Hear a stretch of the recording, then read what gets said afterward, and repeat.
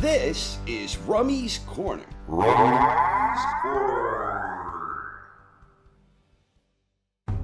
Oleksandr Usyk is the reigning undisputed king of the heavyweight division, and he is coming off of a spectacular 5th-round knockout in his rematch against Daniel Dubois. Where does Usyk go from here? Following his victory, several names were mentioned in the post-fight interview. Amazingly, 3 of the names dropped were people he has already beaten. Anthony Joshua? Usyk already beat him not once, but twice. Tyson Fury? Same story. Usyk already beat him twice. And then Derek Chisora. Oh my goodness. Usyk only beat him once. But do we really need to see Usyk have yet another rematch against yet another British opponent? At least Chisora is coming off a couple of nice victories. Whereas last time out, AJ was absolutely destroyed in a complete and total mismatch by Usyk's most recent 2-time victim, Triple D, Daniel Dubois.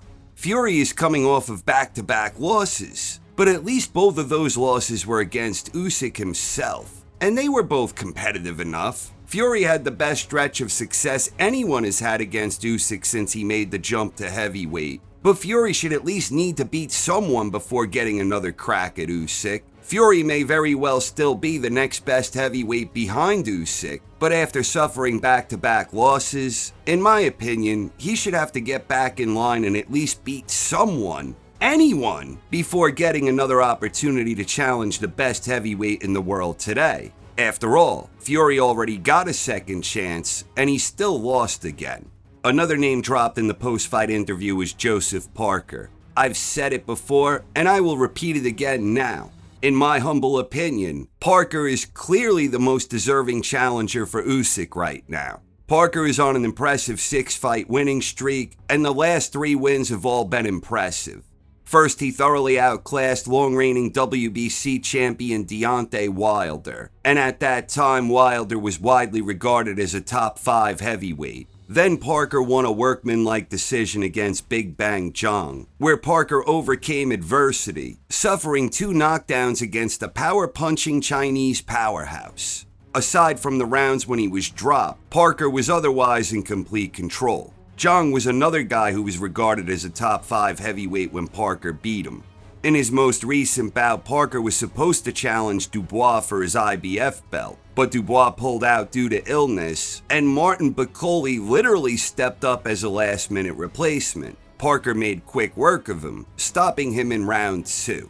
At that time, Bakole was widely regarded as a top 10 heavyweight. Point here being, nobody out there right now is on a more impressive winning streak, barring Usyk himself. I maintain that Parker is the most deserving challenger right now, and the WBO has ordered the fight. So maybe it will happen, or maybe Usyk will vacate the WBO, or maybe the WBO will strip him. Regardless, the way I see it, Parker has clearly earned his shot. Aside from Parker, there is another heavyweight whom I believe is a truly worthy challenger for Usyk, and that is Agit Kabayel.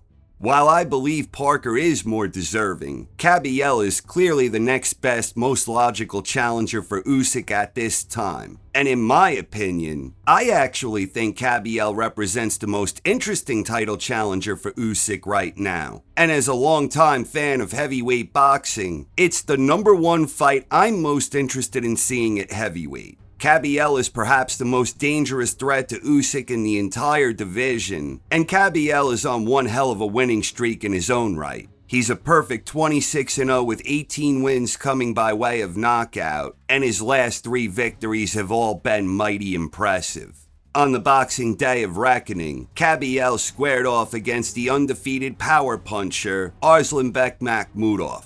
Going into that one, Makhmudov was a big-time favorite, but he wound up being dominated. Kabayel intelligently and systematically dismantled Makhmudov, where his slick offensive variety and firepower were simply too much for Makhmudov. What was especially impressive about Kabayel's performance in this one was his ability to land hard-digging shots downstairs with great regularity. Kabayel launched a spirited attack early in round 4 that caused Makhmudov to sink down to the canvas in visible agony. He beat the count, but shortly after, Kabayel was again pouring it on, and some well-placed body shots had Makhmudov down once more. Makhmudov again beat the count, and cool as an assassin, Kabayel continued obliterating the ample body of Makhmudov, sending him down yet again, and this time the referee mercifully waved it off.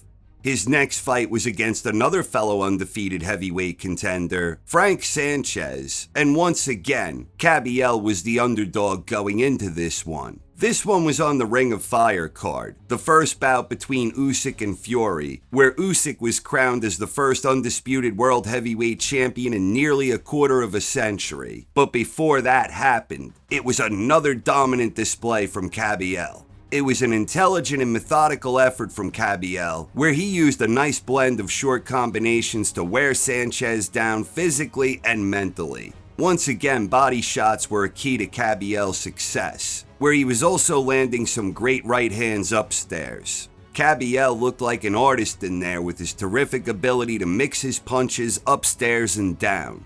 In round 7, 2 crippling body shots sent Sanchez down. He beat the count, and Kabayel remained composed in his follow-up attacks. With Sanchez backed into a corner, Kabayel stabbed him with a left to the body that had him down again. This time Sanchez would not be beating the count, and the fight was over.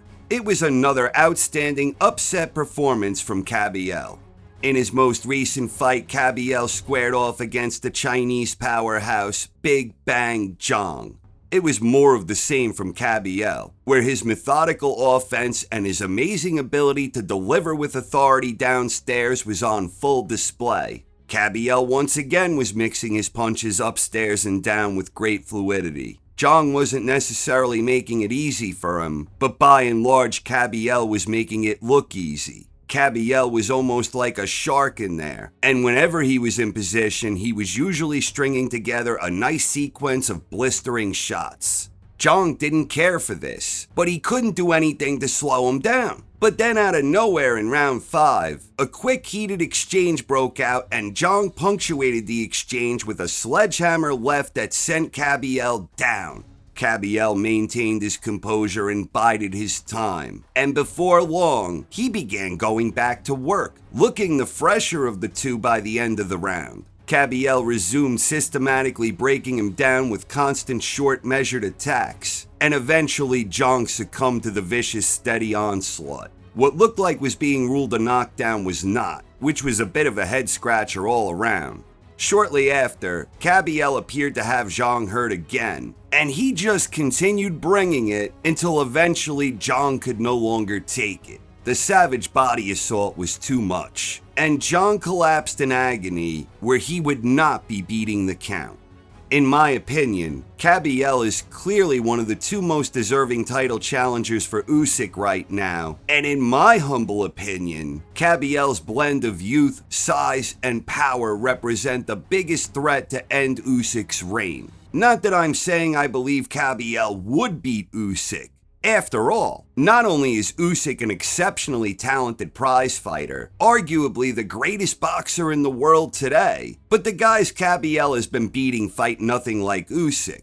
By comparison, the guys Kabayel beat are slow, stationary plotters, all of whom are grossly lacking in one area or another. It's a similar situation perhaps with Dubois, where he was on a nice 3-fight winning streak against a trio of heavyweights who were all slow plotters compared to Usyk. And when Dubois stepped up again against a versatile talent like Usyk, he was dominated and stopped in short order.